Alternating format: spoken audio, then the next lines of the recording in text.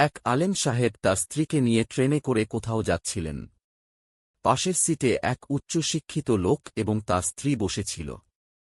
সেই স্ত্রীর গায়ে ছিল বেশ খোলামেলা পোশাক। একসময় ওই উচ্চশিক্ষিত লোকটি আলেম সাহেবকে শুনিয়ে বলতে লাগল, মোল্লারা তাদের নিজের বুকে আবদ্ধ করে রাখে, তাদের কোনো স্বাধীনতা নেই। তখন ওই আলেম সাহেব বললেন, ভাই, আপনার ওই ব্যাগের মধ্যে কি আছে? লোকটি তখন বলল, কেন, এতে আমার মহা মূল্যবান জিনিসপত্র রয়েছে। আলেম সাহেব বলল, আপনি এগুলি ব্যাগের মধ্যে রেখেছেন কেন? লোকটি বলল, খারাপ লোকের হাত থেকে বাঁচতে লুকিয়ে রেখেছি। তখন আলম সাহেব বললেন, আমি আমার বুকে বাঁচতে এভাবেই লুকিয়ে রেখেছি, ঠিক যাতে তার দিকে কোন খারাপ মানুষের নজর না পড়ে। কারণ আমার কাছে আমার স্ত্রী টাকা পয়সার চাইতেও বেশি মূল্যবান। আপনার কাছে আপনার স্ত্রী ধনসম্পত্তির থেকে বেশি মূল্যবান নয়। তাই তো আপনি আপনার টাকা পয়সা যত্নে লুকিয়ে রেখেছেন এবং স্ত্রীকে রেখেছেন খোলা।